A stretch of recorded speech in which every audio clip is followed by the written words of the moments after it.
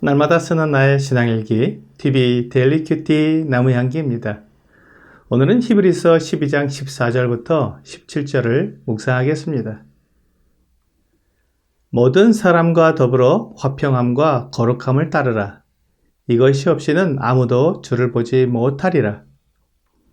너희는 하나님의 은혜에 이르지 못하는 자가 없도록 하고 또 쓴뿌리가 나서 괴롭게 하여 많은 사람이 이로 말미암아 더럽게 되지 않게 하며 음행하는 자와 혹 한 그릇 음식을 위하여 장자의 명분을 판 에사와 같이 망령된 자가 없도록 살피라. 너희가 아는 바와 같이 그가 그 후에 축복을 이어받으려고 눈물을 흘리며 구하되 버림바가 되어 회개할 기회를 얻지 못하였느니라. 우리가 고난과 어려움을 겪게 되면 마음의 여유가 없어서 다른 사람의 말과 행동에 대해 민감하게 반응할 수 있습니다. 이러한 태도는 갈등을 일으키게 되고 서로 불화할 수 있습니다. 다른 사람을 대하는 우리의 태도가 갈등과 불화를 일으킨다면 사람들이 예수 믿는 사람들에 대해 가지는 생각은 매우 부정적일 것입니다. 그렇게 되면 그리스도인들이 다른 사람에게 다가갈 수가 없게 됩니다. 이것은 우리가 주님께 받은 사명을 이루는데 매우 큰 장애가 됩니다. 마태복음 28장 19절과 20절은 그러므로 너희는 가서 모든 민족을 제자로 삼아 아버지와 아들과 성령의 이름으로 세례를 베풀고 내가 너희에게 분부한 모든 것을 가르쳐 지키게 하라. 볼지어다 내가 세상 끝날까지 너희와 항상 함께 있으리라 하시니라 라고 말씀하고 있습니다. 우리 주님께서 그를 따르는 제자들에게 주신 최고의 사명입니다. 우리 그리스도인들은 이 세상에 살면서 이 사명을 이루기 위해 모든 노력을 다하는 것입니다. 사도 바울은 사도행전 20장 24절에서 내가 달려갈 길과 주 예수께 받은 사명 곧 하나님의 은혜의 복음을 증언하는 일을 마치려 하면은 나의 생명조차 조금 더 귀한 것으로 여기지 아니하노라 라고 말했습니다. 사도 바울이 그의 생명을 바쳐 이루려고 했던 그 사명이 바로 하나님의 은혜의 복음을 증언하는 일이었습니다. 그리고 그 사명은 사도 바울뿐만 아니라 우리 믿는 모든 그리스도인들에게 주어진 동일한 사명입니다. 그러므로 우리는 할 수만 있으면 모든 사람과 화목해야 합니다.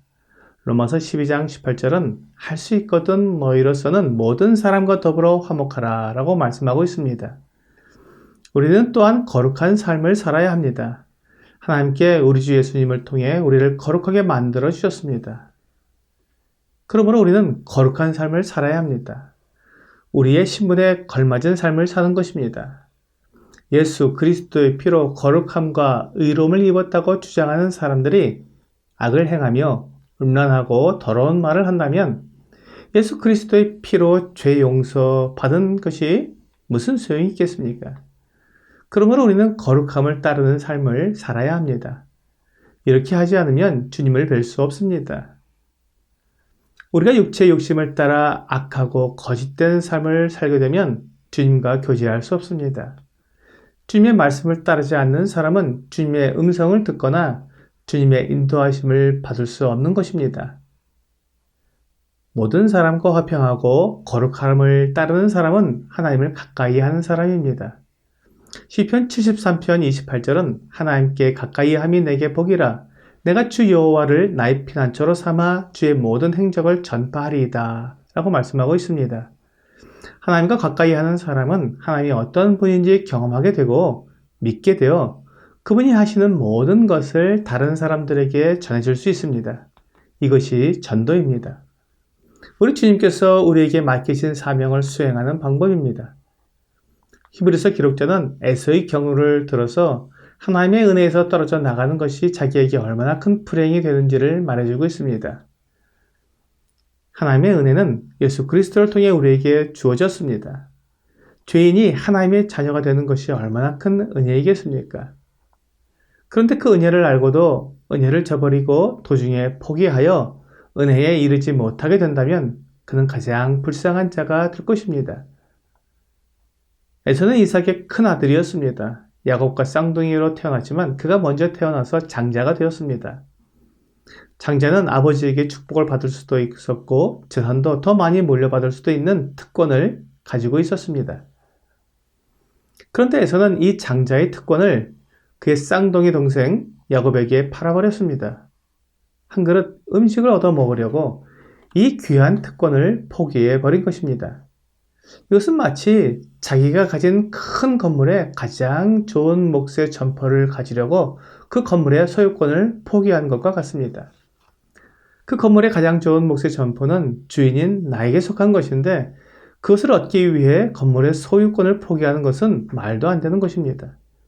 그렇게 말도 안 되는 결정을 에서가 내렸습니다. 이것이 에서의 망령된 행동이라는 것입니다.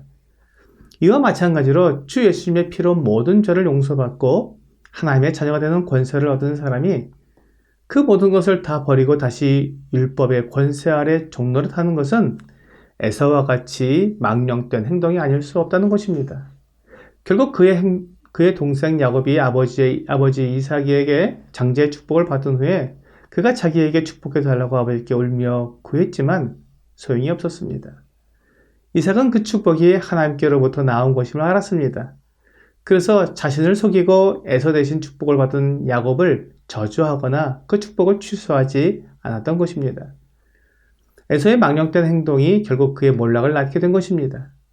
이와 같이 예수 그리스도 안에 있는 자유와 영생 그리고 구원이 얼마나 놀라운 하나님의 은혜인지를 알고 또한 믿는다고 고백했다가 어떤 고난이나 어려움을 피하고자 주님을 부인하는 것은 에서의 망령된 행위와 다를 바가 없습니다.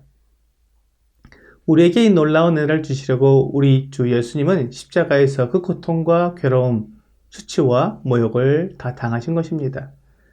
하나님의 아들의 수고와 희생을 통해 우리에게 주어진 특권을 포기하는 것은 어리석고 망령된 것입니다.